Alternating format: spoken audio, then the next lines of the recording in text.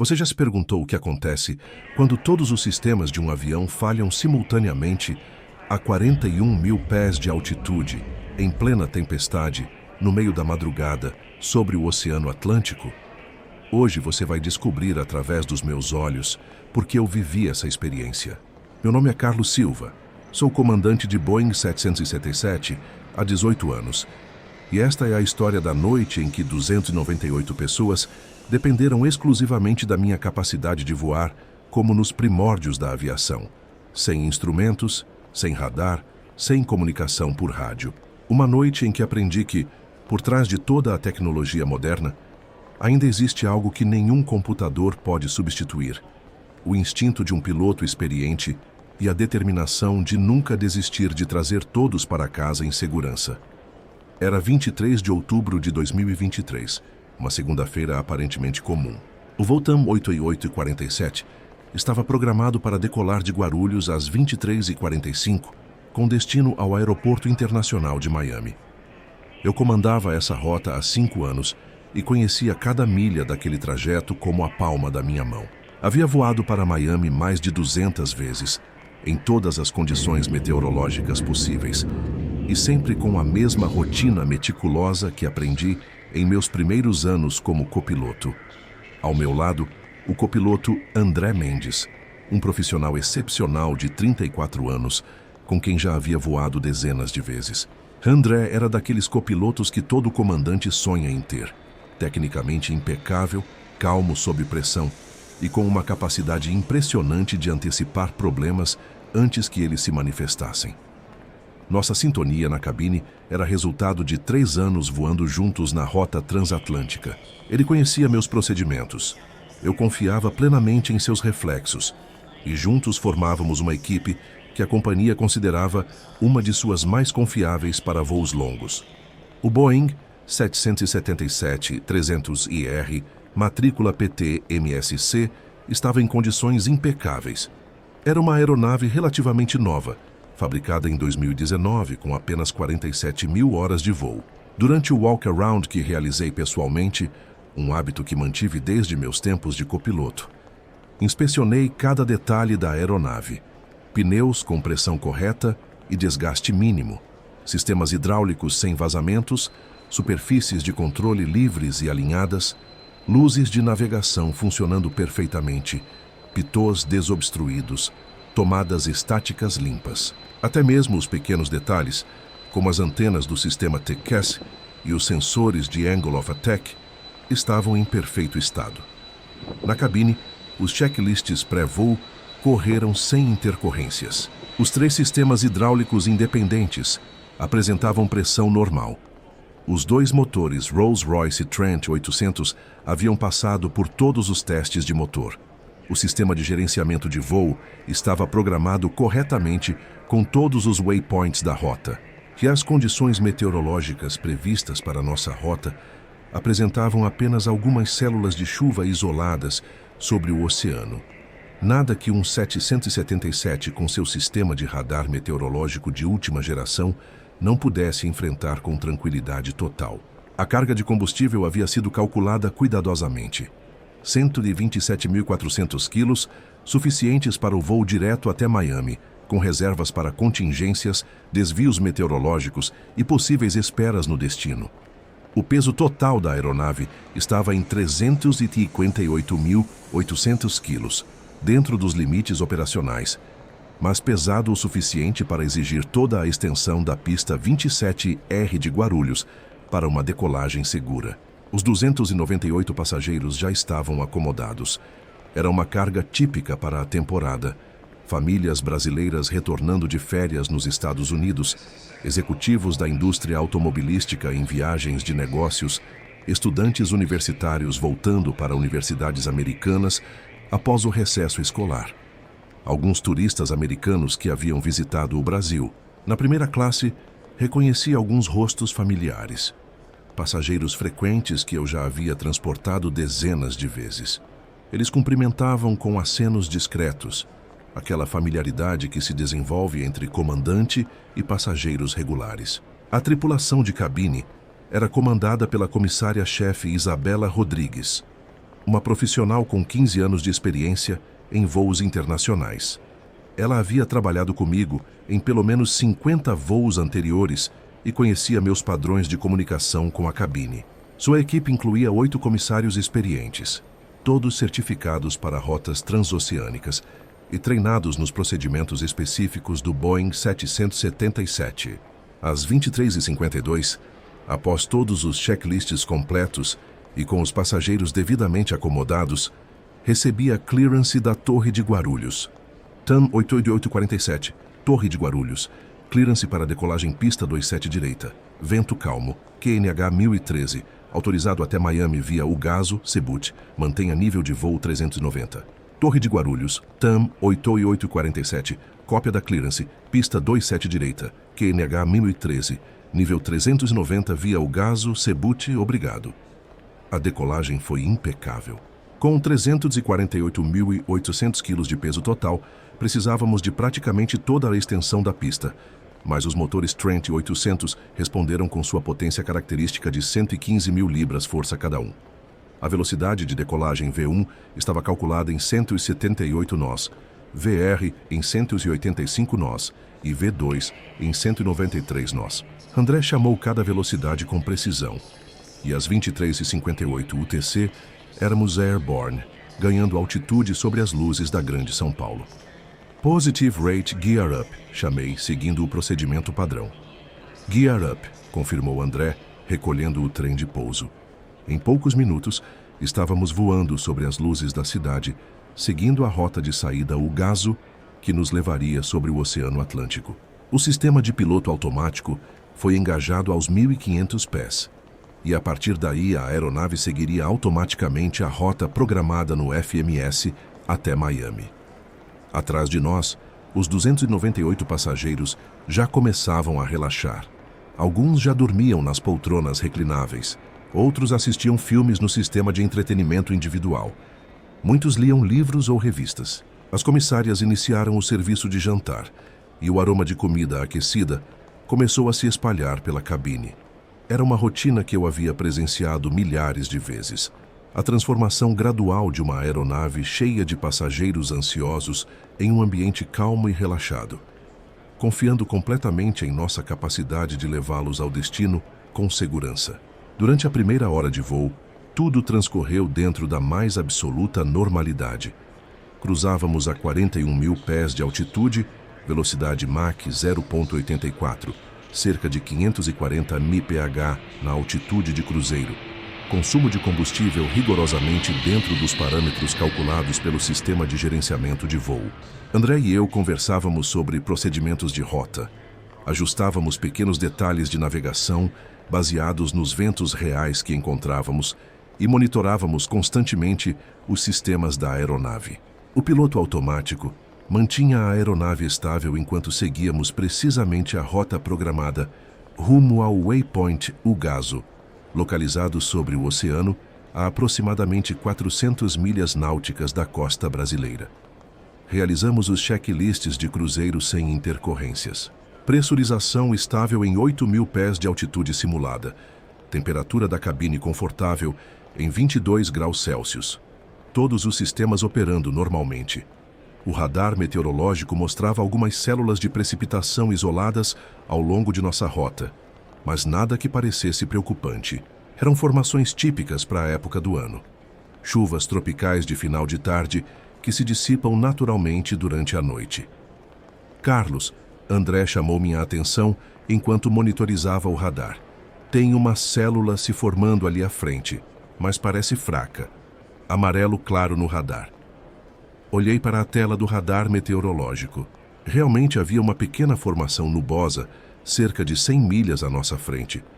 Mas a intensidade da precipitação mostrada em amarelo claro indicava que seria apenas uma chuva moderada, algo rotineiro para um 777. Vamos manter a rota, decidi. Se ficar mais intenso, pedimos um pequeno desvio. Foi quando cruzávamos sobre Fernando de Noronha, exatamente na posição prevista pelo plano de voo, que o primeiro sinal real de problema apareceu. O radar meteorológico começou a mostrar uma transformação dramática, na formação de nuvens que tínhamos observado anteriormente. Em questão de 15 minutos, o que era uma célula amarelo claro havia se transformado em uma massa vermelha e magenta que se estendia por dezenas de milhas. André, você está vendo isso? Perguntei, apontando para a tela do radar que agora mostrava uma imagem completamente diferente do que víamos meia hora antes. Sim, comandante. Essa célula explodiu de tamanho. Não estava assim no briefing meteorológico. As cores no radar meteorológico mudavam rapidamente do verde para o amarelo, depois para o vermelho e finalmente para o magenta, a cor que indica precipitação extremamente intensa, potencialmente perigosa para aeronaves. Era uma supercélula, um dos fenômenos meteorológicos mais impressionantes e perigosos para a aviação. Essas formações podem crescer até altitudes de 60 mil pés ou mais, com correntes ascendentes tão violentas que podem danificar estruturalmente uma aeronave. Mais preocupante ainda era a velocidade de desenvolvimento. Supercélulas podem se formar rapidamente, mas raramente com a velocidade que estávamos observando. Em meteorologia aeronáutica, chamamos isso de Explosive Convective Development, desenvolvimento convectivo explosivo. André, vamos solicitar um desvio de rota, decidi sem hesitar. Não vale a pena arriscar penetrar numa célula dessas dimensões. Sintonizei a frequência do controle oceânico de Recife, responsável por nossa área de voo. Controle Oceânico Recife, TAM 8847, nível 410. Solicitamos desvio de rota devido weather ahead. Solicitamos heading 270 graus por aproximadamente 50 milhas náuticas. TAM 8847, Controle Oceânico Recife, aprovo desvio para heading 270. Reporte quando possível retomar rota direta Cebut. Aprovo heading 270, TAM 8847. Reportaremos quando possível retomar rota. Desconectei o piloto automático e tomei controle manual da aeronave, iniciando uma curva suave para a esquerda. O 777 respondeu com sua característica suavidade, inclinando-se gentilmente enquanto seguíamos o novo rumo. Pela janela da minha esquerda, conseguia ver claramente os relâmpagos da tempestade, iluminando as nuvens cumulonimbus que se elevavam como torres gigantescas, algumas até altitudes que nem mesmo nosso teto de serviço de 43.100 pés conseguiria sobrevoar. Carlos, André observou enquanto estudava o radar. Essa tempestade está crescendo em todas as direções.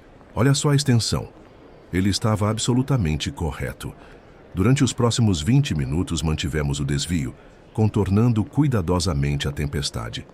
Os passageiros nem sequer perceberam a mudança de rota. Uma curva de alguns graus é imperceptível na cabine de passageiros. As comissárias continuavam servindo o jantar com normalidade. O sistema de entretenimento funcionava perfeitamente e a maioria das pessoas dormia tranquilamente, completamente inconscientes do fenômeno meteorológico impressionante que estávamos evitando. Mas a supercélula continuava sua expansão agressiva. O que começou como uma formação isolada agora se estendia por centenas de quilômetros em todas as direções. Pior ainda, outras células menores começaram a se formar ao redor da principal, criando um complexo de tempestades que estava literalmente bloqueando toda a nossa rota planejada para Miami. Comandante, olha isso! André chamou minha atenção para o radar, ajustando a escala para mostrar uma área maior. A tempestade está praticamente nos cercando e tem mais células se formando. A imagem no radar era impressionante e preocupante ao mesmo tempo.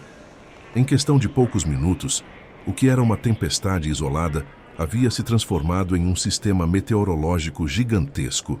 Para qualquer direção que olhássemos no radar, havia células convectivas intensas. O vermelho e magenta dominavam completamente a tela, com apenas pequenas áreas verdes espalhadas entre as formações mais intensas. Vamos tentar passar por aquela abertura ali, disse, apontando para uma pequena área verde entre duas células massivas. Parece ser nossa única opção viável sem fazer um desvio imenso. Comuniquei nossa intenção ao controle oceânico e recebi aprovação para seguir através da área que parecia menos intensa. Era uma decisão calculada, Com nossa experiência combinada de mais de 30 anos voando em condições meteorológicas adversas, sabíamos que pequenas penetrações em áreas amarelas ou verde claro do radar eram rotineiras e seguras. Foi então que aconteceu.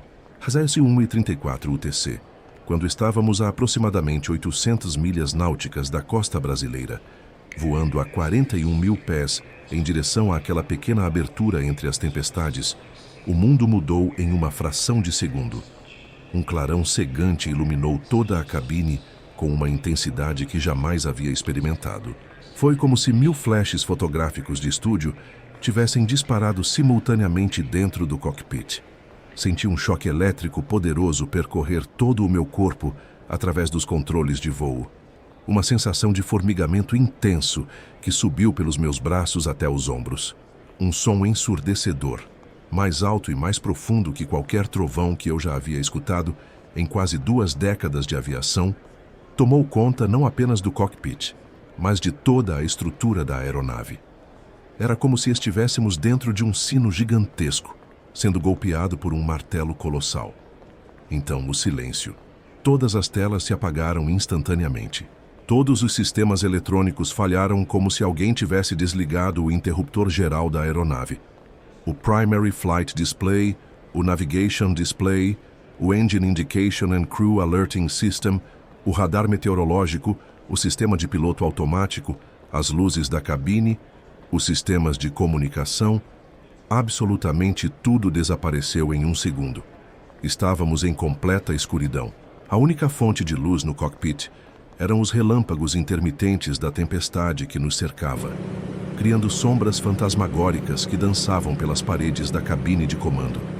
Era uma escuridão tão completa que não conseguia nem mesmo ver André ao meu lado, apesar de estar a menos de 2 metros de distância. "André!" gritei.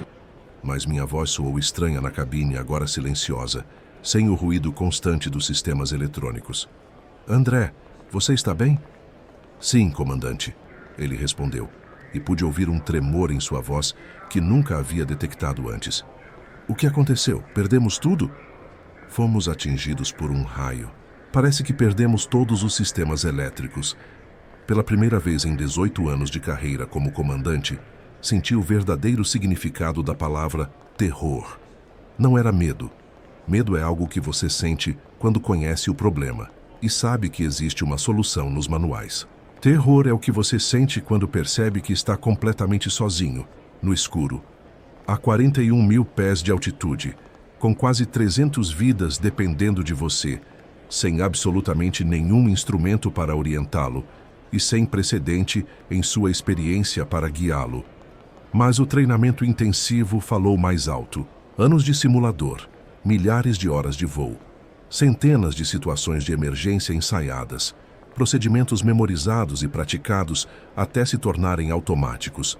Tudo isso estava gravado em minha memória muscular e emergiu instintivamente. "André, Emergency Checklist, Total Electrical Failure." "Comandante", ele respondeu após uma pausa.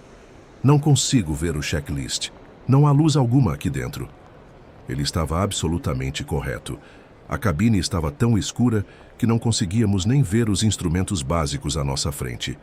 A única iluminação vinha dos relâmpagos da tempestade que ainda nos cercava, flashes intermitentes que por uma fração de segundo revelavam o cockpit morto antes de nos mergulhar novamente na escuridão total. "Ok, vamos trabalhar de memória. Primeiro vamos verificar se ainda temos controle básico da aeronave." Segurei o manche com firmeza e fiz pequenos movimentos para testar a resposta dos controles. A boa notícia, a única boa notícia naquele momento, era que ainda tínhamos controle manual completo da aeronave. Os sistemas de comando de voo primários, ailerons, profundor, leme de direção, ainda respondiam diretamente aos comandos.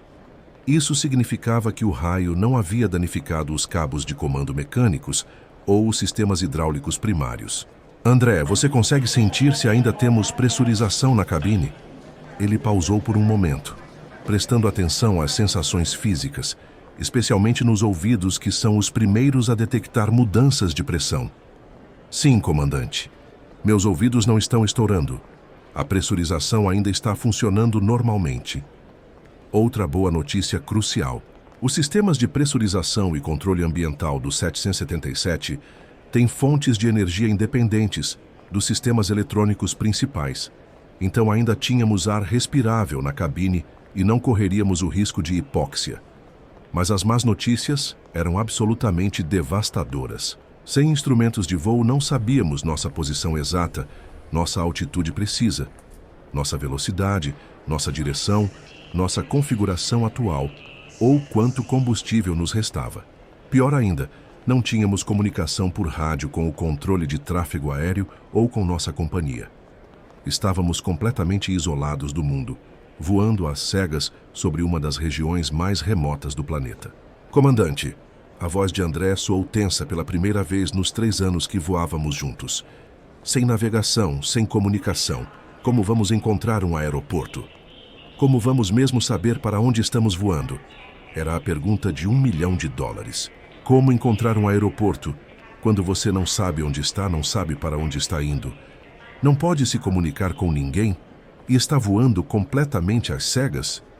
Forcei minha mente a trabalhar de forma absolutamente lógica, aplicando os princípios de gerenciamento de crise que havia aprendido em cursos de CRM, Crew Resource Management.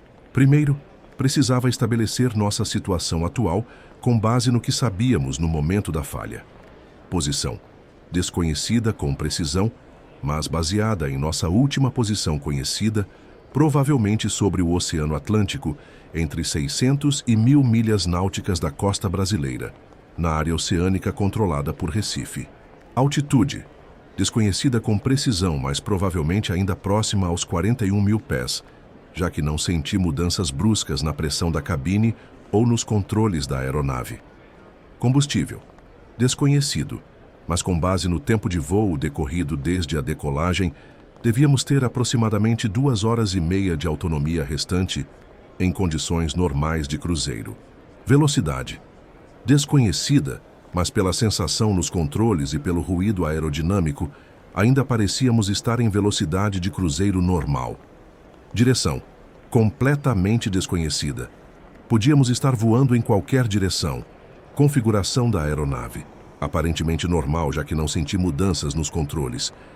André, vou tentar manter o voo nivelado usando apenas a sensação nos controles, enquanto você procura alguma lanterna de emergência ou qualquer fonte de luz que possamos usar. Era fundamental conseguirmos alguma iluminação, mesmo que mínima, para pelo menos verificar se algum instrumento básico ainda funcionava. Todo Boeing 777 tem lanternas de emergência distribuídas pelo cockpit, além de iluminação de emergência independente.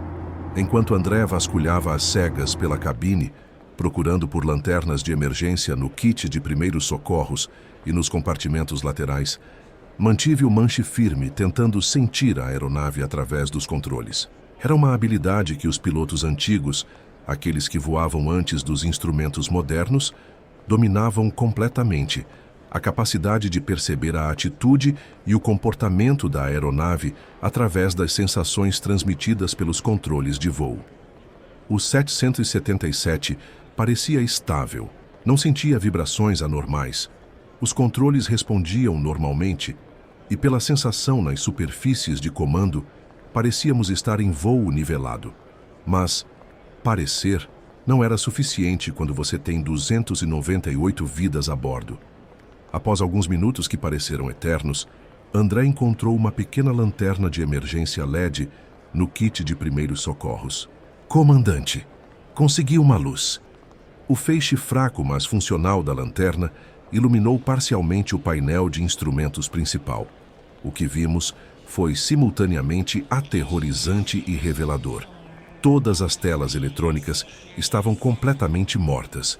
Primary Flight Display, Navigation Display, Engine Indication System. Tudo apagado. Todos os ponteiros dos instrumentos analógicos de backup estavam zerados ou em posições aleatórias. Mas havia uma exceção crucial: o horizonte artificial de backup, alimentado por uma bateria independente do sistema elétrico principal, ainda funcionava perfeitamente. A pequena tela mostrava que estávamos em voo nivelado, com inclinação lateral mínima. Pelo menos sabemos se estamos nivelados, disse, ajustando sutilmente a atitude da aeronave com base na única referência visual confiável que tínhamos. Mas nossa situação ainda era absolutamente desesperadora. Estávamos voando sobre uma das áreas mais remotas do planeta, sem navegação, sem comunicação, sem instrumentos de engine, sem indicadores de combustível, em plena tempestade, no meio da madrugada.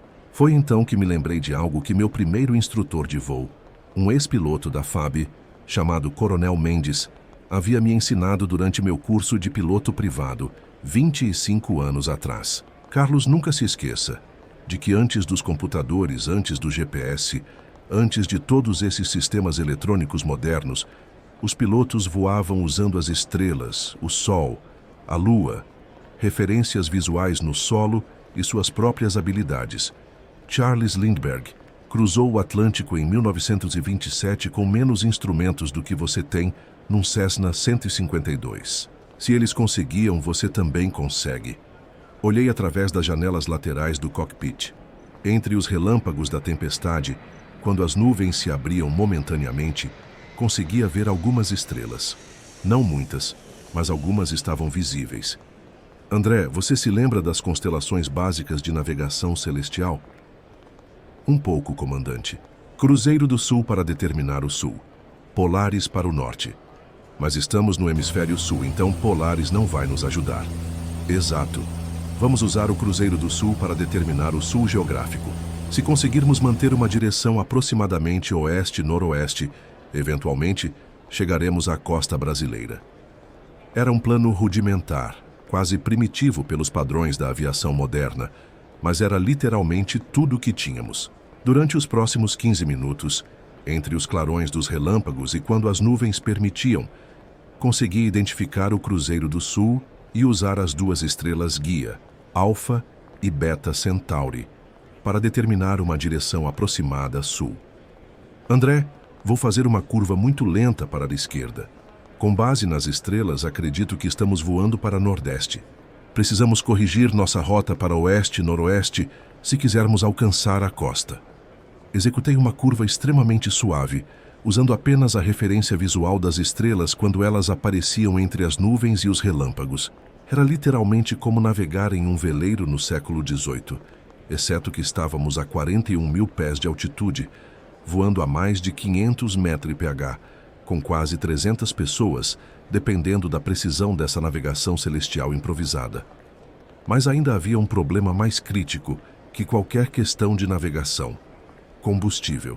Sem instrumentos funcionais, não sabíamos exatamente quanto combustível restava nos tanques. Em condições normais de cruzeiro, nossa reserva calculada seria suficiente para mais 2 horas e meia de voo até Miami, mais reservas para contingências.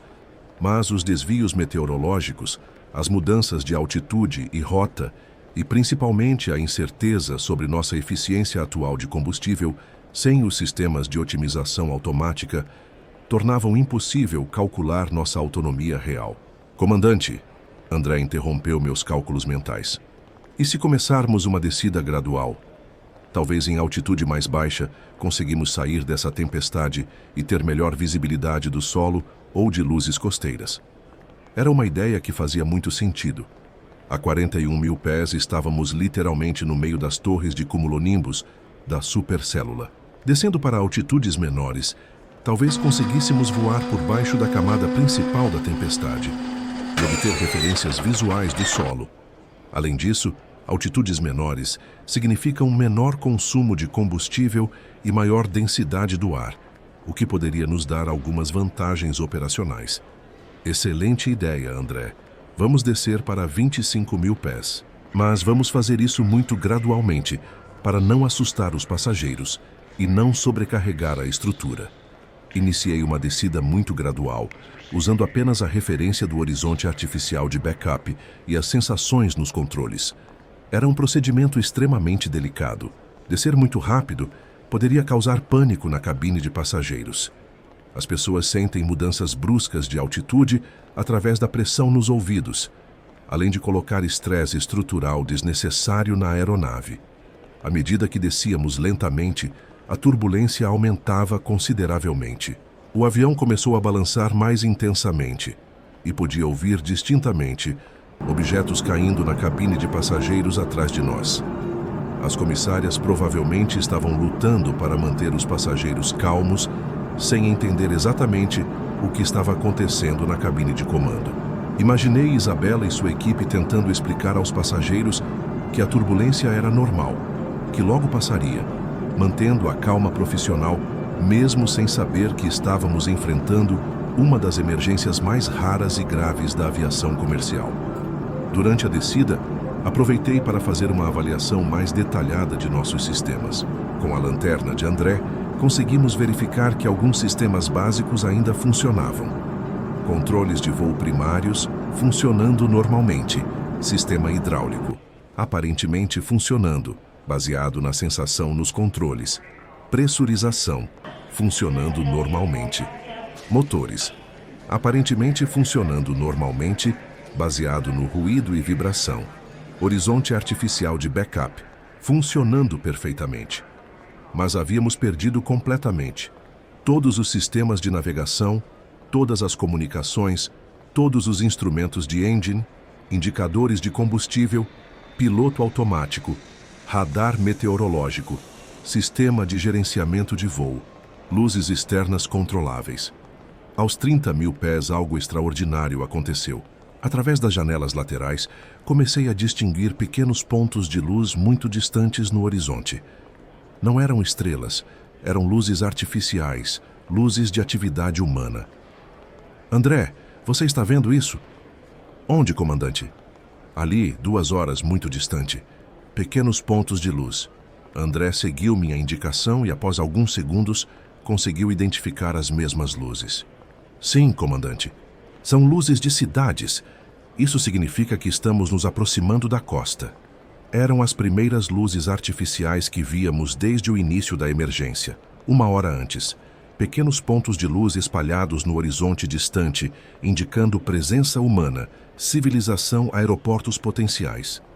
Era como avistar terra após semanas no mar. Vamos continuar descendo gradualmente e seguindo sempre em direção às concentrações maiores de luzes, decidi. Durante os próximos 20 minutos, mantive a aeronave em descida gradual, seguindo sempre em direção às luzes mais brilhantes e mais concentradas.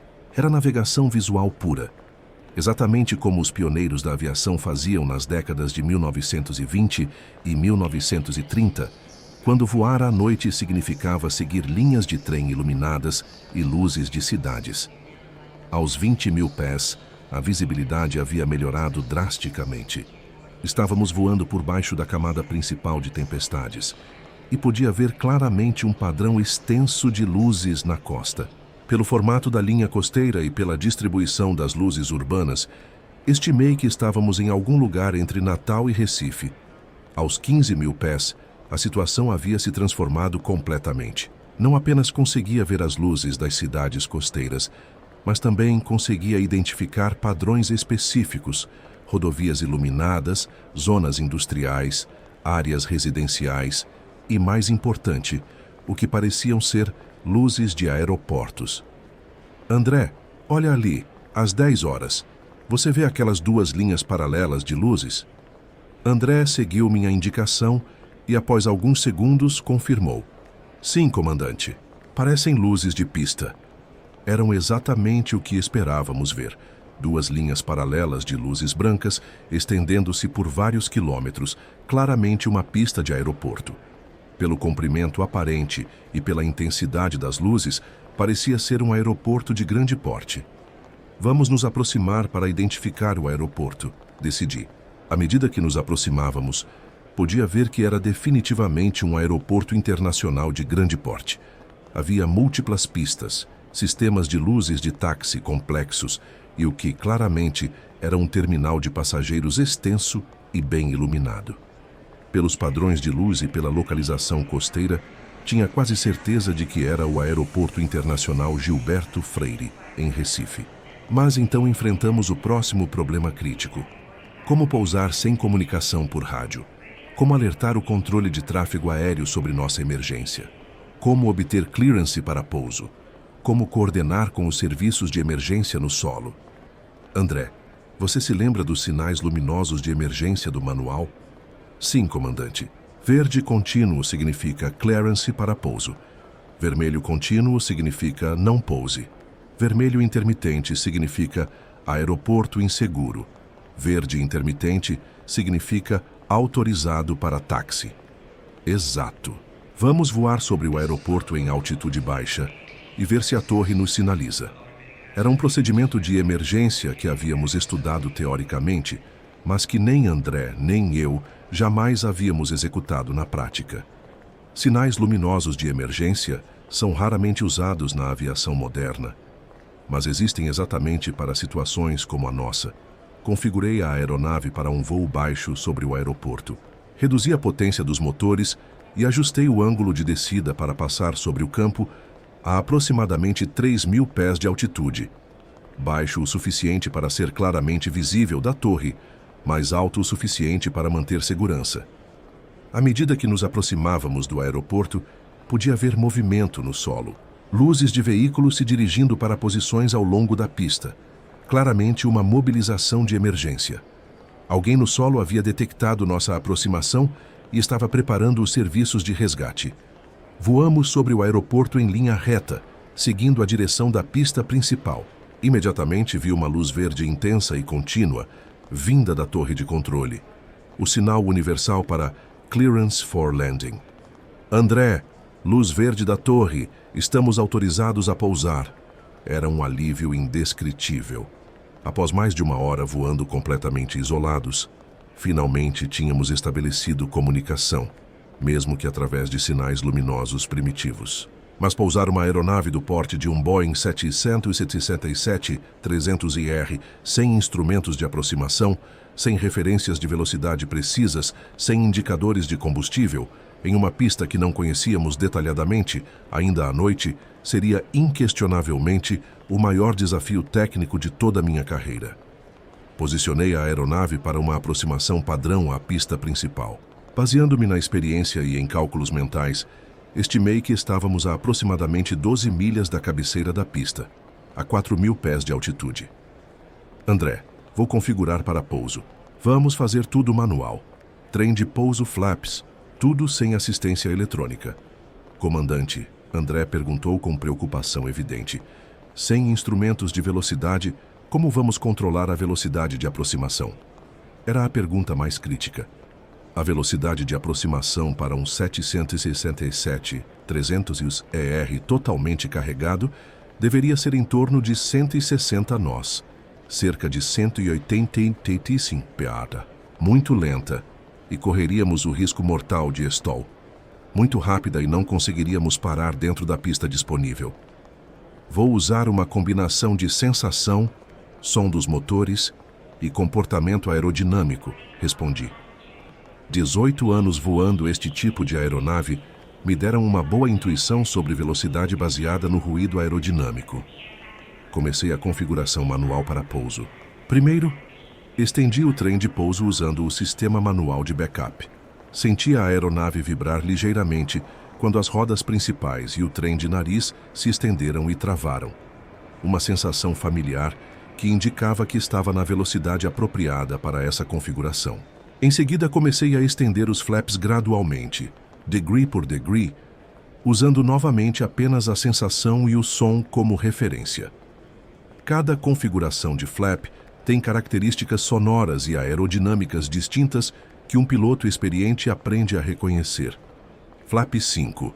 A aeronave ficou ligeiramente mais pesada nos controles, indicando maior sustentação. Flaps 15. O ruído aerodinâmico mudou, tornando-se mais grave. Flaps 20. Senti uma ligeira tendência de nariz baixo, corrigida com uma pequena pressão no manche. Flaps 25. Configuração de aproximação. A aeronave estava agora completamente configurada para pouso.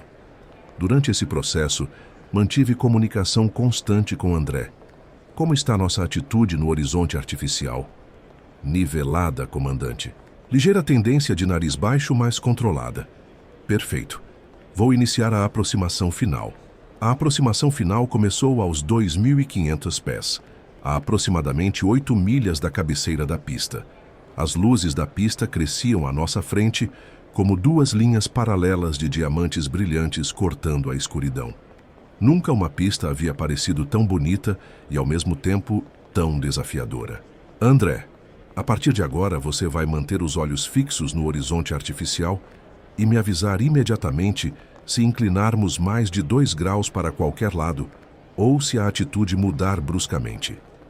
Entendido, comandante. Atitude controlada, aproximação estável. Durante a aproximação final, minha concentração era absolutamente total. Cada fibra do meu ser estava focada em manter a aeronave estável, na velocidade aproximada correta, no ângulo de descida adequado. Era voar em seu estado mais puro e primitivo, sem computadores, sem assistência eletrônica, sem redes de segurança. Apenas piloto e máquina trabalhando em harmonia total. Usei referências visuais que havia aprendido décadas atrás. O ângulo aparente da pista através do para-brisa, a taxa de expansão das luzes da pista, o som dos motores, a sensação nos controles. Era como fazer um solo de piano, depois de anos tocando com orquestra, todos os instintos básicos emergindo quando a tecnologia falhava. A 1000 pés da pista, conseguia ver claramente as marcações do asfalto iluminadas pelas luzes. Era definitivamente uma pista longa e larga, provavelmente 3.200 metros por 45 metros, padrão para aeroportos internacionais que recebem aeronaves wide-body. Isso nos dava uma margem de segurança razoável, mesmo sem freios assistidos eletronicamente. A 500 pés, podia distinguir cada luz individual da pista. O aeroporto havia posicionado caminhões de bombeiros ao longo da pista, e suas luzes vermelhas criavam um corredor de emergência. Era reconfortante saber que, qualquer que fosse o resultado, haveria ajuda imediata disponível. A 200 pés iniciei o flare, a manobra final antes do touchdown. Gradualmente levantei o nariz da aeronave, reduzindo o ângulo de descida para preparar um toque suave na pista. Era uma manobra que havia executado milhares de vezes, mas nunca sem instrumentos, nunca no escuro, nunca com tanto em jogo. A 100 pés, cortei significativamente a potência dos motores. O ruído diminuiu e podia sentir a aeronave acomodando-se para o pouso. A 50 pés, fiz o último ajuste de potência.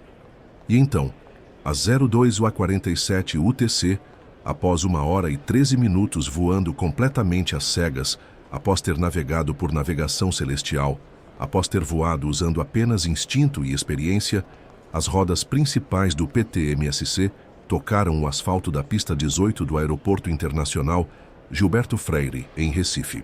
Foi o touchdown mais suave e mais satisfatório de toda a minha carreira. "Estamos no chão", gritei, imediatamente acionando os reversores manuais e aplicando pressão nos freios. O Boeing 767 desacelerou progressivamente. Sem o auxílio dos sistemas anti-skid automáticos e dos autobrakes, tive que dosar cuidadosamente a pressão nos freios para evitar que as rodas travassem e causassem um blowout. Era freio manual puro, baseado na sensação transmitida através dos pedais. Quando finalmente paramos na pista, ainda com mais de 800 metros de pista restante, houve um momento de silêncio absoluto na cabine de comando.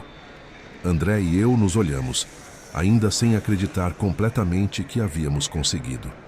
"Comandante", André disse, com a voz visivelmente embargada pela emoção. Isso foi absolutamente inacreditável. Você acabou de fazer o impossível."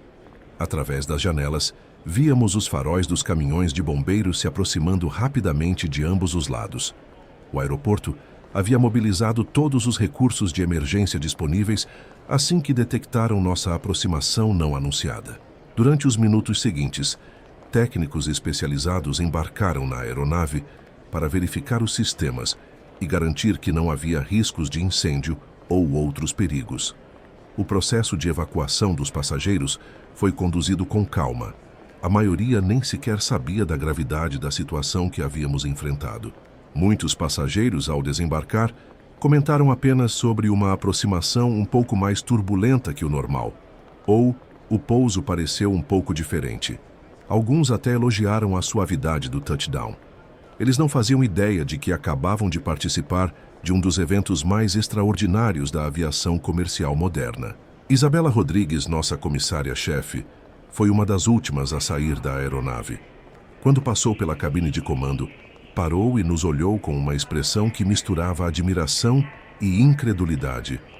"Comandante Silva", ela disse simplesmente, "eu trabalho nesta indústria há 15 anos. Vi muitos pilotos em muitas situações. Mas o que vocês fizeram hoje, e isso foi algo que nunca pensei que veria na minha carreira. A verificação técnica inicial confirmou nossa suspeita. O raio havia causado uma falha completa e simultânea em múltiplos sistemas eletrônicos independentes. Em linguagem técnica, havíamos sofrido um Total Electrical System Failure, causado por Lightning Strike with EMP Characteristics, uma das emergências mais raras e potencialmente catastróficas da aviação comercial moderna. O engenheiro-chefe da Boeing, que chegou no dia seguinte para examinar a aeronave, me disse algo que nunca esqueci. "Comandante, em 40 anos trabalhando com sistemas de aeronaves, nunca vi uma falha tão abrangente. O que vocês conseguiram fazer com essa aeronave está além do que considerávamos possível."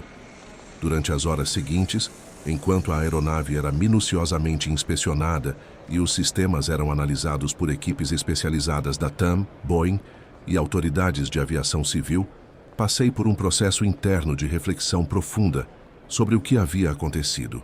Em uma era de aviação completamente automatizada, onde pilotos às vezes passam voos transatlânticos inteiros sem tocar nos controles manuais, onde o GPS nos diz exatamente onde estamos a cada segundo, onde sistemas redundantes impedem que falhas isoladas se tornem emergências, tivemos que voltar às origens mais primitivas e fundamentais da profissão.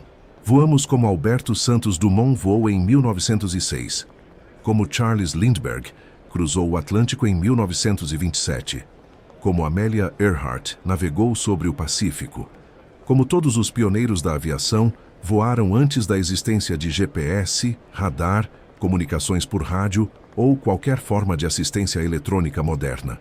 A investigação técnica posterior, conduzida em conjunto pelo CENIPA, Centro de Investigação e Prevenção de Acidentes Aeronáuticos, FAA americana, e pela própria Boeing, revelou detalhes impressionantes sobre o fenômeno meteorológico que enfrentamos. Fomos atingidos por um superbolt, um raio com intensidade excepcional que transportava aproximadamente 300.000 amperes de corrente elétrica, cerca de 100 vezes mais energia que um raio comum. A descarga ocorreu quando passávamos através de uma região de campo elétrico extremamente intenso entre duas células de tempestade.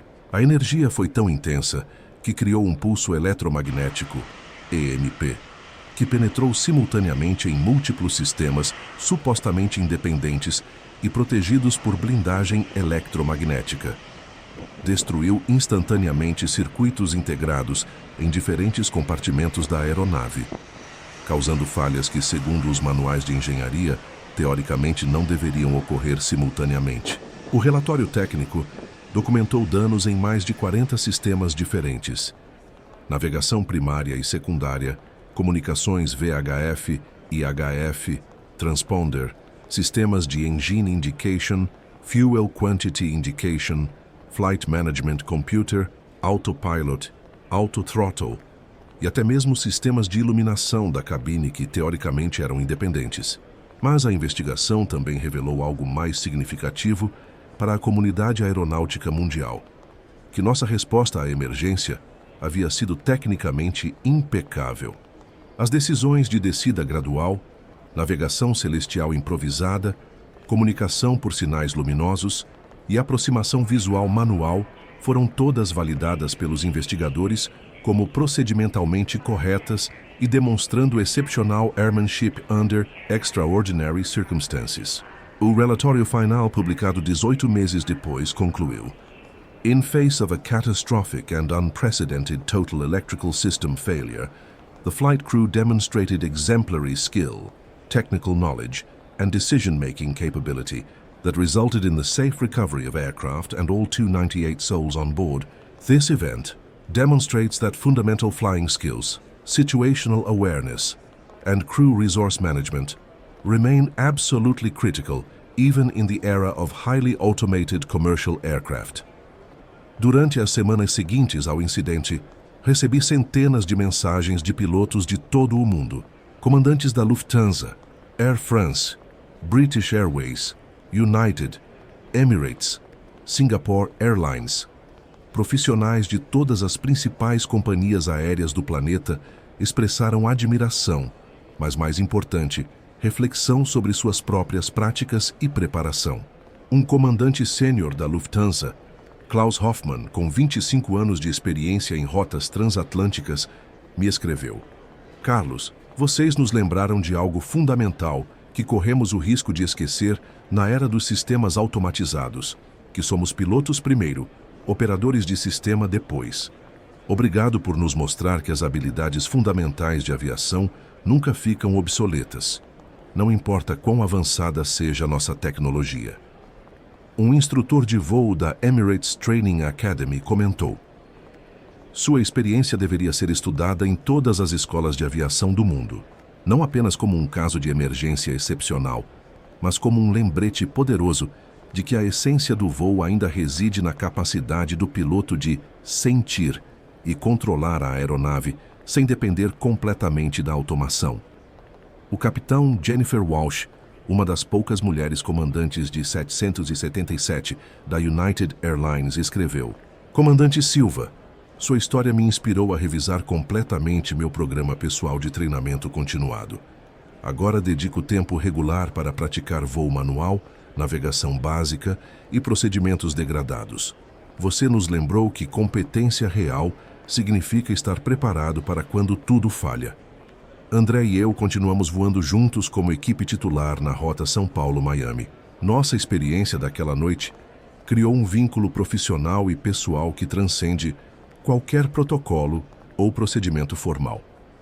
É uma confiança mútua forjada no momento em que nossas vidas e as vidas de 298 passageiros dependeram completamente de nossa capacidade de funcionar como uma unidade perfeita, sob pressão extrema. Hoje, quando faço briefings com novos copilotos, especialmente aqueles recém-formados em universidades de aviação que aprenderam a voar inteiramente em aeronaves Glass Cockpit, sempre dedico tempo significativo para discutir nossa experiência. Não para assustá-los ou criar ansiedade desnecessária, mas para enfatizar que a tecnologia, por mais avançada e confiável que seja, deve sempre ser vista como uma ferramenta que amplifica nossas habilidades fundamentais, nunca como um substituto para conhecimento básico e competência real de voo. Implementei algumas mudanças significativas em minha própria rotina profissional. Dedico mais tempo a práticas de voo manual, mesmo em condições normais de operação. Periodicamente, desconecto o piloto automático durante porções do voo de cruzeiro, para manter a sensibilidade nos controles e a capacidade de sentir a aeronave. Estudo regularmente navegação celestial básica, uma habilidade que havia negligenciado por anos, assumindo ingenuamente que nunca seria necessária na era do GPS. Agora mantenho cartas de navegação celestial atualizadas em minha bag de voo e pratico identificação de constelações durante voos noturnos. Revisei completamente meus procedimentos de emergência pessoais, focando especialmente em cenários de falhas múltiplas que não são adequadamente cobertos no treinamento de simulador padrão. Desenvolvi checklists mentais para situações que vão além dos manuais oficiais. Mais importante, desenvolvi uma nova e profunda apreciação pela história da aviação e pelos pioneiros que estabeleceram nossa profissão com coragem e habilidade extraordinárias. Ler sobre Charles Lindbergh, navegando sobre o Atlântico em 1927, com apenas uma bússola magnética, um relógio, e suas estrelas agora têm um significado pessoal visceral. Entendo intimamente os desafios que eles enfrentaram e a coragem excepcional que demonstraram. A experiência também transformou minha perspectiva sobre risco, preparação e a natureza da competência profissional. Agora sei, através de experiência pessoal direta, que emergências verdadeiramente excepcionais podem ocorrer.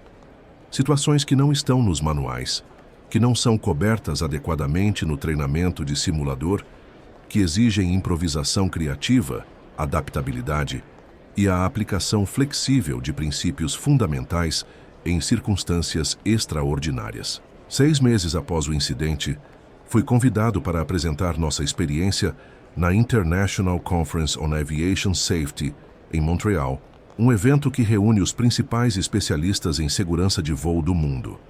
A audiência incluía mais de 800 profissionais, pilotos, controladores de tráfego aéreo, engenheiros aeronáuticos, investigadores de acidentes e reguladores de aviação civil.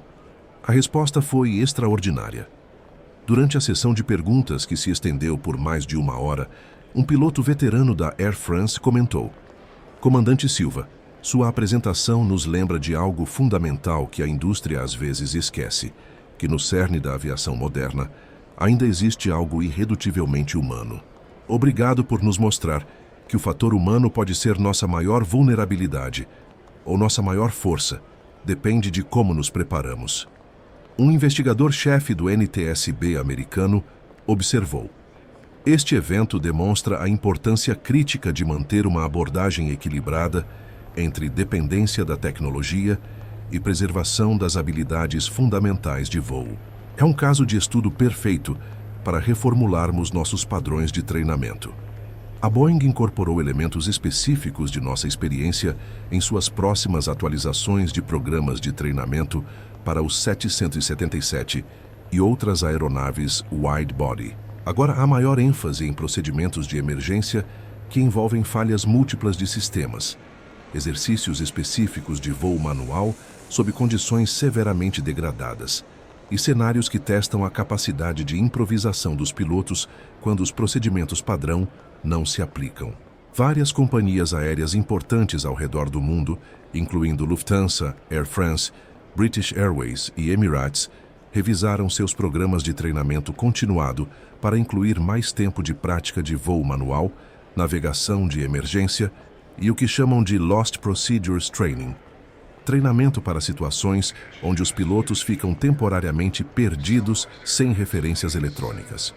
Nossa experiência se tornou um case study obrigatório em pelo menos 15 das principais escolas de aviação do mundo, demonstrando a importância crítica de manter habilidades fundamentais mesmo na era da automação total. A Embry-Riddle Aeronautical University, nos Estados Unidos, criou um curso específico chamado Emergency Navigation and Manual Flight Skills, baseado diretamente em nossa experiência. Pessoalmente, desenvolvi um profundo respeito e admiração por todos os profissionais que trabalham em áreas onde a vida e a morte dependem de competência técnica, calma sob pressão extrema e a capacidade de improvisar soluções quando os sistemas convencionais falham. Médicos realizando cirurgias de emergência complexas, bombeiros enfrentando situações de resgate impossíveis, engenheiros lidando com falhas catastróficas de infraestrutura, controladores de tráfego aéreo gerenciando emergências múltiplas simultaneamente, todos compartilham essa responsabilidade terrível e honrosa de desempenhar perfeitamente quando as consequências do erro são irreversíveis. Naquela noite sobre o Atlântico, André e eu aprendemos uma lição que transcende completamente a aviação: que competência verdadeira não é apenas conhecer os procedimentos quando tudo funciona perfeitamente conforme planejado. Competência verdadeira é manter a calma absoluta, pensar com clareza cristalina e aplicar princípios fundamentais de forma criativa quando absolutamente tudo que deveria funcionar não funciona. Aprendemos que voar, assim como qualquer profissão de alto nível, não é fundamentalmente sobre dominar sistemas complexos ou tecnologia avançada, embora isso seja importante. Voar é sobre entender profundamente os princípios físicos básicos do voo, manter habilidades fundamentais constantemente atualizadas através de prática deliberada, e nunca esquecer que, no final das contas, somos pilotos, pessoas responsáveis por levar outras pessoas seguramente através do céu. Não importa quão desafiantes, imprevistas ou aparentemente impossíveis sejam as circunstâncias. 3 anos depois, continuo recebendo mensagens de pilotos, estudantes de aviação e outros profissionais que foram inspirados por nossa história. Muitos relatam mudanças significativas em seus próprios programas de treinamento e preparação profissional. Um jovem piloto da Azul me escreveu recentemente: "Comandante, sua história mudou completamente minha abordagem à aviação. Agora entendo que ser um piloto realmente competente significa estar preparado não apenas para os dias normais, mas especialmente para o dia em que nada funciona como deveria." Um médico de emergência de São Paulo comentou: "Embora eu não seja piloto, sua experiência me fez refletir profundamente sobre minha própria preparação profissional. Agora pratico regularmente procedimentos sem os equipamentos modernos do hospital, porque entendi que competência real significa conseguir salvar vidas mesmo quando a tecnologia falha. E você, refletindo sobre sua própria área profissional, já considerou seriamente quais são suas habilidades fundamentais mais básicas, aquelas competências essenciais que permanecem válidas e utilizáveis, mesmo quando toda a tecnologia que você normalmente usa falha completamente? Quando foi a última vez que você praticou deliberadamente essas habilidades essenciais, apenas para ter certeza absoluta de que ainda as possui em nível profissional? Porque a verdade inconfortável que nossa experiência ilustra dramaticamente é que todos nós, em nossas respectivas profissões, podemos um dia enfrentar nosso próprio voo às cegas, aquele momento crítico em que toda a assistência tecnológica desaparece, todos os sistemas de apoio falham, e ficamos completamente sozinhos com nossa experiência acumulada, nosso conhecimento fundamental, nossa capacidade de improvisação e nossa determinação absoluta de encontrar uma solução. Naquela noite transformadora, aprendi que os verdadeiros profissionais, em qualquer área, são aqueles que se preparam conscientemente, não apenas para os dias normais e previsíveis, mas especialmente para o dia excepcional em que nada funciona como deveria. São aqueles que mantêm suas habilidades básicas constantemente afiadas através de prática deliberada, que estudam continuamente os fundamentos de sua profissão, que respeitam profundamente tanto o poder da tecnologia quanto suas limitações inerentes. São profissionais que entendem visceralmente que competência não é apenas saber usar as ferramentas quando elas funcionam. Competência é conseguir realizar o trabalho mesmo quando as ferramentas falham. Se esta história ressoou profundamente com você, se ela te fez refletir seriamente sobre preparação profissional, competência fundamental e a importância de nunca parar de aprender e praticar as bases de sua área, compartilhe-a com outros profissionais em seu campo.